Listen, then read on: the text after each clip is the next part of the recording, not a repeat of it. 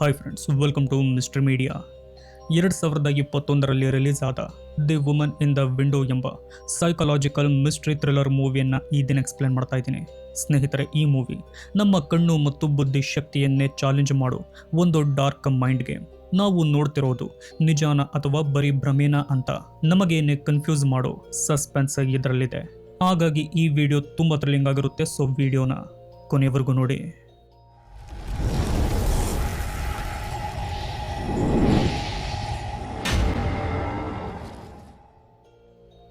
ಮೂವಿಯ ಮೊದಲ ಸೀನ್ ಶುರುವಾಗೋದು ಆನಾ ಅನ್ನೋ ಚೈಲ್ಡ್ ಸೈಕಾಲಜಿಸ್ಟ್ನಿಂದ. ಅವಳು ಮ್ಯಾನ್ಹ್ಯಾಟನ್ನ ಒಂದು ದೊಡ್ಡ ಮನೆಯಲ್ಲಿ ಒಬ್ಬಳಿಗಿರ್ತಾಳೆ. ಅವಳಿಗೆ ಅಗೋರಾಫೋಬಿಯಾ ಅನ್ನೋ ಮಾನಸಿಕ ಸಮಸ್ಯೆ ಇರೋದ್ರಿಂದ ವರ್ಷದಿಂದ ಮನೆಯಿಂದ ಹೊರಗಡೆ ಬಂದಿರಲ್ಲ.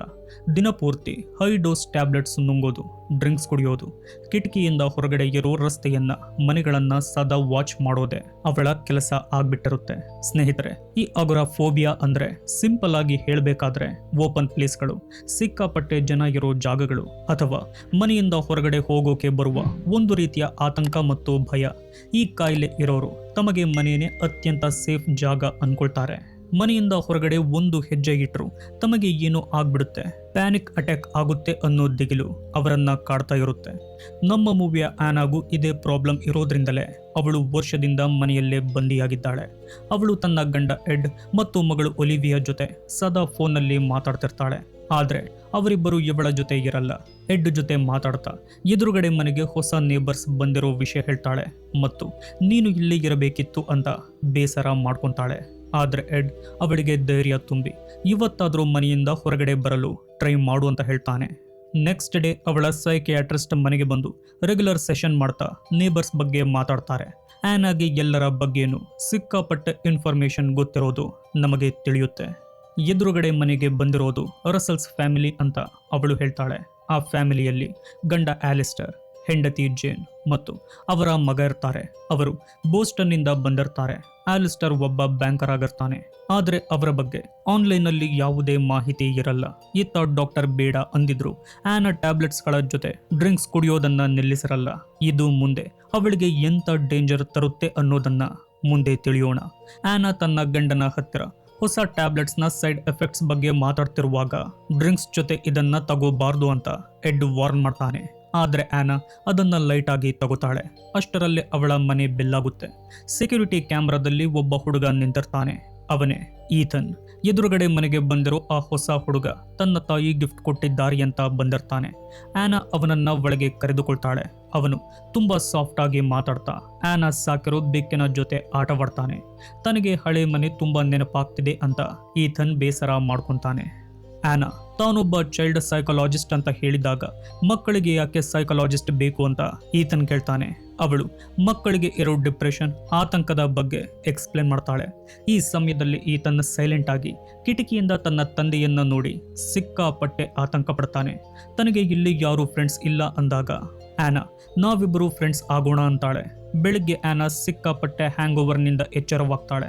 ಅವಳ ಮನೆಯ ಬೇಸ್ಮೆಂಟ್ನಲ್ಲಿ ಡೇವಿಡ್ ಅನ್ನೋ ಟೆನೆಂಟ್ ಇರ್ತಾನೆ.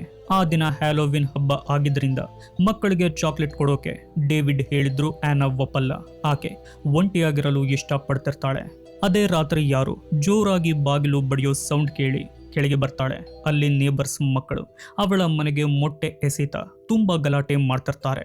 ಅವರನ್ನ ತಡೆಯೋಕೆ ಆನಾ ಕಷ್ಟಪಟ್ಟು ಬಾಗಿಲು ಓಪನ್ ಮಾಡ್ತಾಳೆ. ಆದರೆ ಸಡನ್ ಆಗಿ ಪ್ಯಾನಿಕ್ ಅಟ್ಯಾಕ್ ಆಗಿ ಅಲ್ಲಿಯೇ ಪ್ರಜ್ಞೆ ತಪ್ಪಿ ಬೀಳ್ತಾಳೆ. ಅವಳು ಕಣ್ಣು ಮುಚ್ಚೋದಕ್ಕಿಂತ ಮುಂಚೆ ಒಬ್ಬಳು ಮಹಿಳೆ ಅವಳ ಕಡೆ ಓಡಿ ಬರೋದು ಕಾಣುತ್ತೆ. ಆನಾಗೆ ಪ್ರಜ್ಞೆ ಬಂದಾಗ ಅವಳು ಮನೆಯ ಸೋಫಾ ಮೇಲಿರ್ತಾಳೆ. ಅದೇ ಮಹಿಳೆ ಅವಳಿಗೆ ಹೆಲ್ಪ್ ಮಾಡ್ತಾ ಇರ್ತಾಳೆ. ಅವಳೇ ಈ ತನ್ನ ತಾಯಿ ಜೇನ್ ರಸೆಲ್ ಇರಬೇಕು ಅಂತ ಆನಾ ಅನ್ಕೊಂತಾಳೆ. ನಂತರ ಇಬ್ಬರು ಪರಿಚಯವಾಗಿ ಒಟ್ಟಿಗೆ ಕೂತು ಡ್ರಿಂಕ್ಸ್ ಮಾಡ್ತಾ ಮಾತಾಡ್ತಾರೆ. ಆನಾ ತನಗೆ ಮನೆಯಿಂದ ಹೊರಗೆ ಹೋಗೋಕೆ ಆಗಲ್ಲ ಅನ್ನೋ ಕಾಯಿಲೆ ಇರೋದನ್ನ ಹೇಳ್ತಾಳೆ. ಜೇನ್ ತುಂಬಾ ಕ್ಯೂರಿಯಸ್ ಆಗಿ ಅವಳ ಪರ್ಸನಲ್ ಲೈಫ್ ಬಗ್ಗೆ ಕೇಳ್ತಾಳೆ. ಆನಾ ತನ್ನ ಗಂಡ ಮತ್ತು ಮಗಳು ಸಪರೇಟ್ ಆಗಿ ಇರೋ ವಿಷಯ ಹೇಳಿದಾಗ ಜೇನ್ ಸಿಕ್ಕಾಪಟ್ಟೆ ಎಮೋಷನಲ್ ಆಗ್ತಾಳೆ. ಮಗುವಿನಿಂದ ದೂರ ಇರೋದು ಎಷ್ಟು ಪೇನ್ಫುಲ್ ಅಂತ ಅವಳಿಗೆ ಗೊತ್ತು ಅಂತಾಳೆ. ಇಬ್ಬರು ವೈನ್ ಕುಡಿತಾ ಇರುವಾಗ ಜೇನ್ ತನ್ನ ಮಗ ಈತನ್ನ ಚಿಕ್ಕ ವಯಸ್ಸಿನ ಫೋಟೋ ಇರೋ ಲಾಕೆಟ್ ತೋರಿಸ್ತಾಳೆ. ಮಕ್ಕಳು ಪೇರೆಂಟ್ಸ್ಗೆ ಸೇರಿದವರಲ್ಲ, ಪೇರೆಂಟ್ಸ್ ಮಕ್ಕಳಿಗೆ ಸೇರಿದವರು ಅಂತ ಇಬ್ಬರು ಮಾತಾಡ್ಕೊಳ್ತಾರೆ. ಜೇನ್ ತನ್ನ ಗಂಡ ಆಲಿಸ್ಟರ್ ತುಂಬಾ ಕಂಟ್ರೋಲಿಂಗ್ ಮತ್ತು ಎಮೋಷನಲಿ ರಿಜಿಡ್ ಅಂತ ಹೇಳ್ತಾ ತನ್ನ ಫ್ಯಾಮಿಲಿ ತುಂಬಾ ಕಾಂಪ್ಲಿಕೇಟೆಡ್ ಅಂತಾಳೆ. ಆಗ ಆ್ಯನಾ ಯಾಕೆ ಅಂತ ಕೇಳಿದಾಗ ಜೇನ್ ವಿಷಯ ಡೈವರ್ಟ್ ಮಾಡಿ ತಾನು ಬಿಡಿಸಿದ ಒಂದು ಸ್ಕೆಚ್ ಡ್ರಾಯಿಂಗ್ ಅನ್ನ ಆ್ಯನಾಗೆ ಕೊಟ್ಟು ಹೋಗ್ತಾಳೆ. ಅದೇ ರಾತ್ರಿ ಈತನ್ ತಂದೆ ಆಲಿಸ್ಟರ್ ಬಂದು ತನ್ನ ಫ್ಯಾಮಿಲಿಯವರು ಯಾರಾದರೂ ಇಲ್ಲಿಗೆ ಬಂದಿದ್ರಾ ಅಂತ ಕೇಳ್ತಾನೆ. ಆದರೆ ಆ್ಯನಾ ಸುಳ್ಳು ಹೇಳ್ತಾಳೆ. ಮರುದಿನ ಬೆಳಿಗ್ಗೆ ಆ್ಯನಾ ಎಚ್ಚರವಾಗ್ತಾಳೆ. ಬರುತ್ತಿದ್ದ ಸೌಂಡ್ನಿಂದ ಯಾರೋ ಕಳ್ಳರು ಬಂದಿದ್ದಾರೆ ಅನ್ಕೊಂಡು ಗಾಬರಿಯಿಂದ 911ಗೆ ಕಾಲ್ ಮಾಡ್ತಾಳೆ. ಆದರೆ ಕೆಳಗೆ ಬಂದರೆ ಅವಳ ಟೆನೆಂಟ್ ಡೇವಿಡ್ ಕಿಚನ್ನಲ್ಲಿ ಏನೋ ಹುಡುಕ್ತಾ ಇರ್ತಾನೆ. ಅವನು ಅರ್ಧ ಗಂಟೆ ಮುಂಚೆನೆ ಬೆಲ್ ಮಾಡಿದ್ರು ಆ್ಯನಾ ರೆಸ್ಪಾನ್ಸ್ ಮಾಡಿರಲ್ಲ. ಎದುರುಗಡೆ ಮನೆಯ ಆಲಿಸ್ಟರ್ ಬಾಕ್ಸ್ ಶಿಫ್ಟ್ ಮಾಡೋಕೆ ಹೆಲ್ಪ್ ಕೇಳಿದ್ದರಿಂದ ಡೇವಿಡ್ ಟೂಲ್ ಬಾಕ್ಸ್ ಹುಡುಕಲು ಬಂದಿರ್ತಾನೆ. ಅದೇ ರಾತ್ರಿ ಆ್ಯನಾ ಬಾತ್ ಟಬ್ನಲ್ಲಿ ಇರುವಾಗ ಎದುರುಗಡೆ ಮನೆಯಿಂದ ಒಬ್ಬ ಮಹಿಳೆ ಜೀವ ಭಯದಿಂದ ಕಿರುಚೋ ಸೌಂಡ್ ಕೇಳುತ್ತೆ. ಅವಳು ತಕ್ಷಣ ಪೊಲೀಸ್ ಹಾಗೂ ಈತನ್ಗೆ ಕಾಲ್ ಮಾಡ್ತಾಳೆ. ಈತನ್ ಅಳ್ತಾ ಎಲ್ಲವೂ ಸರಿ ಇದೆ ಅಂತ ಫೋನ್ ಕಟ್ ಮಾಡ್ತಾನೆ. ಕಿಟಕಿಯಿಂದ ನೋಡಿದ್ರೆ ಜೇನ್ ಮನೆಯಿಂದ ಹೊರಗೆ ಓಡಿ ಬರೋದು ಮತ್ತು ಆಲಿಸ್ಟರ್ ಒಳಗಡೆನೆ ನಿಂತಿರೋದು ಕಾಣುತ್ತೆ. ಆ್ಯನಾ ಆಲಿಸ್ಟರ್ಗೆ ಕಾಲ್ ಮಾಡಿದಾಗ ಅವನು ಇಲ್ಲಿ ಏನೂ ಆಗಿಲ್ಲ, ನಾನು ಮತ್ತು ನನ್ನ ಮಗ ಮಾತ್ರ ಇದ್ದೀವಿ ಅಂತ ಸುಳ್ಳು ಹೇಳ್ತಾನೆ. ಆ್ಯನಾ ತನ್ನ ಹೈ ಪವರ್ ಕ್ಯಾಮ್ರಾ ತಗೊಂಡು ಎದುರುಗಡೆ ಮನೆಗೆ ಝೂಮ್ ಮಾಡಿ ನೋಡ್ತಾಳೆ. ಅಲ್ಲಿ ಆಲಿಸ್ಟರ್ ತನ್ನ ಮಗ ಈತನ್ ಮೇಲೆ ಸಿಕ್ಕಾಪಟ್ಟೆ ಕೋಪದಿಂದ ಇರೋದು ಕಾಣುತ್ತೆ. ಈತನ್ ಓಡಿ ಬಂದು ಆ್ಯನಾ ಮನೆಯಲ್ಲಿ ಅಳ್ತಾನೆ. ಆ್ಯನಾ ಅವನಿಗೆ ಸಮಾಧಾನ ಮಾಡ್ತಾಳೆ. ನಂತರ ಆ್ಯನಾ ತನ್ನ ಗಂಡನ ಹತ್ರ ಇದ್ರ ಬಗ್ಗೆ ಮಾತಾಡ್ತಾಳೆ.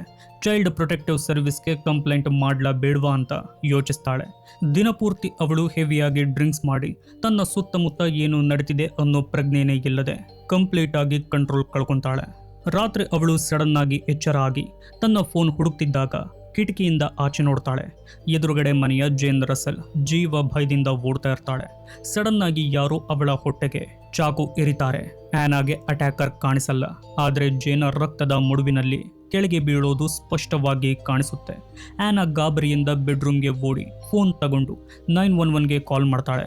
ಅಷ್ಟರಲ್ಲೇ ಆ ಮನೆಯ ಲೈಟ್ಸ್ ಆಫ್ ಆಗುತ್ತೆ. ಜೇನ್ ಕಷ್ಟಪಟ್ಟು ಕಿಟಕಿ ಹತ್ತಿರ ಬಂದು ಸಹಾಯಕ್ಕಾಗಿ ಗಾಜನ್ನ ಬಡಿತಾಳೆ. ಅವಳನ್ನು ಉಳಿಸಲೇಬೇಕಂತ ಆ್ಯನಾ ತನ್ನ ಕೆಂಪು ಛತ್ರಿ ತಗೊಂಡು ವರ್ಷದ ನಂತರ ಮೊದಲ ಬಾರಿಗೆ ರೋಡಿಗೆ ನುಗ್ತಾಳೆ. ಆದರೆ ರೋಡ್ ಮಧ್ಯದಲ್ಲೇ ಪ್ಯಾನಿಕ್ ಅಟ್ಯಾಕ್ ಆಗಿ ಪ್ರಜ್ಞೆ ತಪ್ಪಿ ಬಿದ್ದು ಬಿಡ್ತಾಳೆ. ಸ್ನೇಹಿತರೆ, ಇಲ್ಲಿಂದ ಕತೆ ದೊಡ್ಡ ಟ್ವಿಸ್ಟ್ ತಗೊಳುತ್ತೆ. ಆ್ಯನಾ ಕಣ್ಣು ಬಿಟ್ಟಾಗ ಅವಳು ತನ್ನದೇ ಮನೆಯಲ್ಲಿರ್ತಾಳೆ. ಇಬ್ಬರು ಡಿಟೆಕ್ಟಿವ್ಗಳು ಇರ್ತಾರೆ. ಆಗ ಆ್ಯನಾ ಅವರಿಗೆ ಆಲಿಸ್ಟರ್ ಜೇನನ್ನು ಚಾಕುವಿನಿಂದ ಕೊಂದ ಎಂದು ಹೇಳ್ತಾಳೆ. ಆಗ ಆಲಿಸ್ಟರ್ ಬಂದು ಆ್ಯನಾಗೆ ಹುಚ್ಚು ಹಿಡಿದಿದೆ, ಅವಳು ನನ್ನ ಹೆಂಡತಿನ ನೋಡಿಯೇ ಇಲ್ಲ ಎಂದು ಹೇಳ್ತಾನೆ. ಆ್ಯನಾ ವಾದ ಮಾಡ್ತಾಳೆ, ಹ್ಯಾಲೋವಿನ್ ದಿನ ಅವಳು ನನ್ನ ಮನೆಗೆ ಬಂದಿದ್ಲು ಅಂತ. ಅಷ್ಟರಲ್ಲೇ ರೂಮ್ ಒಳಗೆ ಒಬ್ಬ ಮಹಿಳೆ ಬರ್ತಾಳೆ. ಅವಳನ್ನ ಜೇನ್ ರಸೆಲ್ ಅಂತ ಪರಿಚಯ ಮಾಡಿಸ್ತಾರೆ. ಆದರೆ ಆ್ಯನಾಗೆ ದೊಡ್ಡ ಶಾಕ್ ಕಾದಿರುತ್ತೆ. ಯಾಕಂದ್ರೆ ಈ ಮಹಿಳೆ ಹ್ಯಾಲೋವಿನ್ ರಾತ್ರಿ ಬಂದ ಮಹಿಳೆಯೇ ಅಲ್ಲ, ಇವಳ ಮುಖಾನೇ ಬೇರೆ. ಈತನ್ ಕೂಡ ಬಂದು ಇವಳೇ ನನ್ನ ತಾಯಿ ಅಂತ ಹೇಳ್ತಾನೆ. ಇದರಿಂದ ಆ್ಯನಾ ಕಂಪ್ಲೀಟ್ ಆಗಿ ಕನ್ಫ್ಯೂಸ್ ಆಗ್ತಾಳೆ. ಮರುದಿನ ಆ್ಯನಾ ರಸೆಲ್ಸ್ ಫ್ಯಾಮಿಲಿ ಬಗ್ಗೆ ರಿಸರ್ಚ್ ಮಾಡ್ತಾಳೆ. ಆಲಿಸ್ಟರ್ ಬೋಸ್ಟನ್ನಲ್ಲಿದ್ದಾಗ ಅವನ ಅಸಿಸ್ಟೆಂಟ್ ಬಿಲ್ಡಿಂಗ್ನ 6ನೇ ಫ್ಲೋರ್ನಿಂದ ಬಿದ್ದು ಸತ್ತಿರೋ ವಿಷಯ ಗೊತ್ತಾಗುತ್ತೆ. ಅವಳ ಸಾವು ಒಂದು ರಹಸ್ಯವಾಗಿಯೇ ಉಳಿದಿರುತ್ತೆ. ನಂತರ ಆ್ಯನಾ ಆ ಮನೆಯ ಮೇಲೆ ಸ್ಪೈ ಕೆಲಸ ಮಾಡೋಕೆ ಶುರು ಮಾಡ್ತಾಳೆ. ಅದನ್ನು ಗಮನಿಸಿದ ಹೊಸ ಜೇನ್ ರಸೆಲ್ ಆ್ಯನಾಗೆ ಫೋಟೋ ತೆಗೆಯಬೇಡ ಅಂತ ವಾಯ್ಸ್ ಮೇಲ್ ಕಳಿಸಿ ಪೊಲೀಸ್ ಕಂಪ್ಲೇಂಟ್ ಮಾಡೋದಾಗಿ ಬೆದರಿಕೆ ಹಾಕ್ತಾಳೆ. ನಂತರ ಆ್ಯನಾ ಬೇಸ್ಮೆಂಟ್ನಲ್ಲಿ ತನ್ನ ಬೆಕ್ಕನ್ನು ಹುಡುಕಲು ಹೋದಾಗ ಒಂದು ಇಯರಿಂಗ್ ನೋಡ್ತಾಳೆ.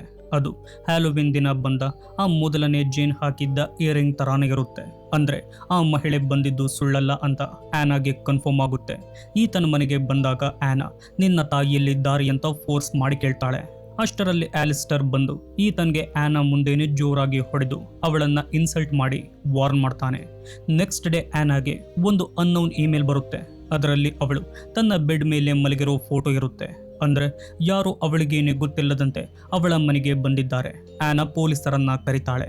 ಡೇವಿಡ್ ತಾನು ಆ ರಾತ್ರಿ ಬೇರೆ ಮಹಿಳೆ ಜೊತೆ ಇದ್ದಿದ್ದಾಗಿ ಪ್ರೂಫ್ ಕೊಡ್ತಾನೆ. ರಸೆಲ್ಸ್ ಫ್ಯಾಮಿಲಿ ಕೂಡ ಅಲ್ಲಿಗೆ ಬರ್ತಾರೆ. ಆ್ಯನಾ ಆ ಜೇನ್ ಸಹಿ ಇರೋ ಡ್ರಾಯಿಂಗ್ ತೋರಿಸಿ ಆಲಿಸ್ಟರ್ ಮಗನಿಗೆ ಅಬ್ಯೂಸ್ ಮಾಡ್ತಿದ್ದಾನೆ ಅಂತ ಆರೋಪ ಮಾಡ್ತಾ ತನ್ನ ಗಂಡ ಮತ್ತು ಮಗಳ ಬಗ್ಗೆ ಮಾತಾಡ್ತಾಳೆ. ಆಗ ಡಿಟೆಕ್ಟಿವ್ ಹೇಳ್ತಾನೆ, ಆ್ಯನಾ ನಿನ್ನ ಗಂಡ ಮತ್ತು ಮಗಳು ಬದುಕಿಲ್ಲ, ಅವರು ಸತ್ತೋಗಿದ್ದಾರೆ ಎಂದು. ಆಗ ಆ್ಯನಾಗೆ ಶಾಕ್ ಆಗುತ್ತೆ. ಹಾಗೆಯೇ ನಮಗೆ ಫ್ಲ್ಯಾಶ್ ಬ್ಯಾಕ್ ಅನ್ನ ತೋರಿಸಲಾಗುತ್ತೆ. ಸ್ನೇಹಿತರೆ, ಹಿಮಗಾಳಿಯ ರಾತ್ರಿ ಆ್ಯನಾ ಮತ್ತು ಅವಳ ಗಂಡ ಕಾರ್ನಲ್ಲಿ ಅವಳ ಅಫೇರ್ ಬಗ್ಗೆ ಜಗಳ ಮಾಡ್ತಾ ಇರ್ತಾರೆ. ಆ್ಯನಾ ಫೋನ್ ಬಂದಾಗ ಅದನ್ನು ನೋಡೋಕೆ ಹೋಗಿ ಕಾರ್ ಕಂಟ್ರೋಲ್ ತಪ್ಪಿ ಪ್ರಪಾತಕ್ಕೆ ಬಿದ್ದು ಬಿಡುತ್ತೆ. ಆ ಆಕ್ಸಿಡೆಂಟ್ನಲ್ಲಿ ಅವಳ ಗಂಡ ಎಡ್ ಮತ್ತು ಮಗಳು ಒಲಿವಿಯಾ ಇಬ್ಬರು ತೀರಿ ಹೋಗಿರ್ತಾರೆ. ಆ್ಯನಾ ಮಾತ್ರ ಬದುಕಿರ್ತಾಳೆ. ತಾನು ತಗೊಳ್ತಾ ಇರೋ ಹೆವಿ ಟ್ಯಾಬ್ಲೆಟ್ಸ್ ಮತ್ತು ಡ್ರಿಂಕ್ಸ್ನ ಎಫೆಕ್ಟ್ನಿಂದ ಅವಳು ಇಷ್ಟು ದಿನ ಅವರಿಬ್ಬರ ಜೊತೆ ಮಾತಾಡ್ತಿರೋ ಹಾಗೆ ಭ್ರಮೆ ಆಗ್ತಿರುತ್ತೆ.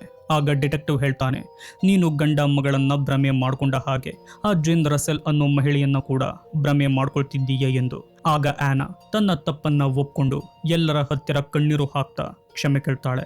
ಮರುದಿನ ಆ್ಯನಾ ಕಂಪ್ಲೀಟ್ ಆಗಿ ಡಿಪ್ರೆಷನ್ಗೆ ಹೋಗ್ತಾಳೆ. ತಾನು ನೋಡಿದ್ದೆಲ್ಲ ಸುಳ್ಳು ಅನ್ಕೊಂಡು ಒಂದು ಸೂಸೈಡ್ ವಿಡಿಯೋ ರೆಕಾರ್ಡ್ ಮಾಡ್ತಾಳೆ. ವೈನ್ ಗ್ಲಾಸ್ಗೆ ಸಿಕ್ಕಾಪಟ್ಟೆ ಟ್ಯಾಬ್ಲೆಟ್ಸ್ ಪುಡಿ ಮಾಡಿ ಮಿಕ್ಸ್ ಮಾಡಿ ಕುಡಿಯೋಕೆ ರೆಡಿ ಆಗ್ತಾಳೆ. ಆದರೆ ಕುಡಿಯೋ ಮುಂಚೆ ಫೋನಲ್ಲಿ ಮಗಳ ಫೋಟೋಸ್ ನೋಡ್ತಾ ಇರುವಾಗ ಅವಳ ಬೆಕ್ಕಿನ ಫೋಟೋ ಒಂದರಲ್ಲಿ ವೈನ್ ಗ್ಲಾಸ್ನ ರಿಫ್ಲೆಕ್ಷನ್ ಕಾಣಿಸುತ್ತೆ. ಆ ರಿಫ್ಲೆಕ್ಷನ್ನಲ್ಲಿ ಹ್ಯಾಲೋವಿನ್ ದಿನ ಬಂದ ಅದೇ ಮಹಿಳೆಯ ಮುಖ ಸ್ಪಷ್ಟವಾಗಿರುತ್ತೆ. ಅಂದರೆ ಅವಳು ಭ್ರಮೆ ಮಾಡಿಕೊಂಡಿರಲಿಲ್ಲ, ಆ ಮಹಿಳೆ ನಿಜವಾಗಿಯೂ ಬಂದಿದ್ಲು. ಆ್ಯನಾ ತಕ್ಷಣ ಡೇವಿಡ್ಗೆ ಆ ಫೋಟೋ ತೋರಿಸ್ತಾಳೆ. ಡೇವಿಡ್ ಅಸಲಿ ಸತ್ಯ ಹೇಳ್ತಾನೆ. ಅವಳ ಹೆಸರು ಜೇನ್ ಅಲ್ಲ, ಕ್ಯಾಥರಿನ್, ಆಲಿಸ್ಟರ್ನ ಮೊದಲ ಹೆಂಡತಿ, ಹಾಗೆಯೇ ಈತನ್ನ ನಿಜವಾದ ಹೆತ್ತ ತಾಯಿ. ಅವಳಿಗೆ ಡ್ರಗ್ ಅಡಿಕ್ಷನ್ ಇದ್ದಿದ್ರಿಂದ ಈತನ್ ಕಸ್ಟಡಿಯನ್ನ ಕಳ್ಕೊಂಡಿರ್ತಾಳೆ. ಆಲಿಸ್ಟರ್ ಅವಳನ್ನ ಮಗನಿಂದ ದೂರ ಇಡೋಕೆ ನೋಡ್ತಿರ್ತಾನೆ. ಆ್ಯನಾ ತಾನು ನೋಡಿದ ಕೊಲೆ ನಿಜ ಅಂತ ಪೊಲೀಸರಿಗೆ ಹೇಳುವಂತ ಡೇವಿಡ್ ಹತ್ರ ಬೇಡ್ಕೊಂತಾಳೆ. ಆದರೆ ಡೇವಿಡ್ ಒಪ್ಪಲ್ಲ. ಅವನು ಕೆಳಗೆ ಹೋದ ತಕ್ಷಣ ದೊಡ್ಡ ಜಗಳದ ಸೌಂಡ್ ಕೇಳುತ್ತೆ. ಸ್ನೇಹಿತರೆ, ಈಗ ನಾವು ಈ ಮೂವಿಯ ಅತ್ಯಂತ ಭಯಾನಕ ಕ್ಲೈಮ್ಯಾಕ್ಸ್ ಬಗ್ಗೆ ಮಾತಾಡೋಣ. ಡೇವಿಡ್ ಕೆಳಗೆ ಹೋದ ತಕ್ಷಣ ಸಡನ್ ಆಗಿ ಆ್ಯನಾ ಮುಂದೆ ಈತನ್ ಪ್ರತ್ಯಕ್ಷ ಆಗ್ತಾನೆ. ಅವನ ಕೈಯಲ್ಲಿ ರಕ್ತ ಸಿಕ್ತವಾದ ಚಾಕುವಿರುತ್ತೆ. ಹೌದು ಸ್ನೇಹಿತರೆ, ಅಸಲಿ ಕಿಲ್ಲರ್ ಬೇರೆ ಯಾರೂ ಅಲ್ಲ, ಅಮಾಯಕನ ತರ ನಟಿಸ್ತಾ ಇರೋ ಸೈಕೋ ಈತನಾಗಿರ್ತಾನೆ. ಈತನು ಒಪ್ಕೊಂತಾನೆ, ನಾನೇ ನನ್ನ ತಾಯಿ ಕ್ಯಾಥರಿನ್ನ ಕೊಲೆ ಮಾಡಿದ್ದು ಎಂದು. ಅಷ್ಟೇ ಅಲ್ಲ, ಬೋಸ್ಟನ್ನಲ್ಲಿದ್ದ ತನ್ನ ತಂದೆಯ ಅಸಿಸ್ಟೆಂಟ್ನ ಬಿಲ್ಡಿಂಗ್ ಮೇಲಿಂದ ತಳ್ಳಿ ಕೊಂದಿದ್ದು ಕೂಡ ಇದೆ ಈತನ್. ಕೊಲೆ ಮಾಡುವಾಗ ಸಿಗೋ ಆ ಕಂಟ್ರೋಲ್ ಮತ್ತು ಕೆಟ್ಟ ಫೀಲಿಂಗೋಸ್ಕರನೇ ಅವನು ಕೊಲೆ ಮಾಡ್ತಿರ್ತಾನೆ. ಆ್ಯನಾ ಒಬ್ಬಳಿಗಿರ್ತಾಳೆ, ಟ್ಯಾಬ್ಲೆಟ್ಸ್ ಕೂಡ ತಗೋತಾಳೆ. ಅವಳ ಮಾತು ಯಾರು ನಂಬಲ್ಲ ಅಂತಾನೆ ಈತನ್ ಅವಳನ್ನ ಟಾರ್ಗೆಟ್ ಮಾಡಿ ಅವಳ ಮನೆಗೆ ಡೂಪ್ಲಿಕೇಟ್ ಕೀ ಇಟ್ಕೊಂಡು ಇಡೀ ವಾರ ಬರ್ತಾ ಇರ್ತಾನೆ. ಈತನ್ ಅವಳಿಗೆ ನಿನ್ನ ಸೂಸೈಡ್ ಪ್ಲಾನ್ ಮುಗಿಸು, ನೀನು ಸಾಯೋದನ್ನ ನೋಡಬೇಕು, ಆ ಫೀಲಿಂಗ್ ನನಗೆ ಬೇಕು ಅಂತ ಸೈಕೋ ಥರ ಮಾತಾಡ್ತಾನೆ. ಆಗ ಆ್ಯನಾ ಉಪಾಯ ಮಾಡಿ ಟೈಮ್ ಪಾಸ್ ಮಾಡ್ತಾ ವೈನ್ ಬಾಟಲ್ ತಗೊಂಡು ಈತನ್ ತಲೆಗೆ ಜೋರಾಗಿ ಹೊಡೆದು ಓಡ್ತಾಳೆ. ಆದರೆ ಕಾರಿಡಾರ್ನಲ್ಲಿ ರಕ್ತದ ಮಡುವಿನಲ್ಲಿ ಜಾರಿ ಬೀಳ್ತಾಳೆ. ಅಲ್ಲಿ ಡೇವಿಡ್ ಪ್ರಾಣ ಹೋಗ್ತಾ ಇರುತ್ತೆ. ಅವನು ಒಂದು ಸಮಯದಲ್ಲಿ ಈತನ್ನ ತಡೆಯೋಕೆ ನೋಡಿದಾಗ ಈತನ್ ಅವನಿಗೆ ಚಾಕುವಿನಿಂದ ಒಂದೇ ಸಮನೆ ಸ್ಟ್ಯಾಬ್ ಮಾಡಿ ಕ್ರೂರವಾಗಿ ಸಾಯಿಸಿ ಬಿಡ್ತಾನೆ. ಈತನ್ ಈಗ ಆ್ಯನಾನ ಕೊಲ್ಲೋಕೆ ಬೆನ್ನಟ್ಟಿಕೊಂಡು ಬರ್ತಾನೆ. ಆ ಭೀಕರ ಮಳೆ ಮತ್ತು ಬಿರುಗಾಳಿಯ ರಾತ್ರಿಯಲ್ಲಿ ಇಬ್ಬರು ಬಿಲ್ಡಿಂಗ್ನ ರೂಫ್ನ ಮೇಲೋಗ್ತಾರೆ. ಈತನ್ ಅವಳನ್ನ ಕಾಡಿಸ್ತಾ ಚಾಕುವಿನಿಂದ ಗಾಯ ಮಾಡ್ತಾನೆ. ಪ್ರಾಣ ಹೋಗುವಷ್ಟು ಹಂತದ ಗಾಯಗಳಾಗುತ್ತೆ. ಆದರೆ ಆ್ಯನಾ ತನ್ನ ಪ್ರಾಣ ಉಳಿಸಿಕೊಳ್ಳೋಕೆ ಜೀವ ಪಣಕ್ಕಿಟ್ಟು ಹೋರಾಡ್ತಾಳೆ. ಕ್ಲೈಮ್ಯಾಕ್ಸ್ನ ಆ ಕೊನೆಯ ಕ್ಷಣದಲ್ಲಿ ಆ್ಯನಾ ಒಂದು ಐಡಿಯಾ ಮಾಡ್ತಾಳೆ. ಈತನನ್ನ ರೂಫ್ನ ಒಂದು ವೀಕಾದ ಗಾಜಿನ ಜಾಗಕ್ಕೆ ಎಳೆದುಕೊಂಡು ಬರ್ತಾಳೆ. ಅವರಿಬ್ಬರ ನಡುವೆ ದೊಡ್ಡ ಫೈಟ್ ಆಗುವಾಗ ಆ್ಯನಾ ಈತನನ್ನ ಜೋರಾಗಿ ಹಿಂದಕ್ಕೆ ತಳ್ತಾಳೆ. ಅವನ ಕೆಳಗಿದ್ದ ಸ್ಕೈಲೈಟ್ ಗ್ಲಾಸ್ ಪುಡಿಪುಡಿಯಾಗಿ ಈತನ್ ಫ್ಲೋರ್ಗಳಿಂದ ಕೆಳಗೆ ಬಿದ್ದು ನರಳಿ ಸತ್ತು ಹೋಗ್ತಾನೆ. ಇದಾದ ನಂತರ ಆ್ಯನಾ ಹಾಸ್ಪಿಟಲ್ನಲ್ಲಿ ಕಣ್ಣು ಬಿಡ್ತಾಳೆ. ಡಿಟೆಕ್ಟಿವ್ ಬಂದು ಆಲಿಸ್ಟರ್ ಮತ್ತು ಅವನ ಹೊಸ ಹೆಂಡತಿಯನ್ನ ಅರೆಸ್ಟ್ ಮಾಡಿರೋ ವಿಷಯ ಹೇಳ್ತಾನೆ.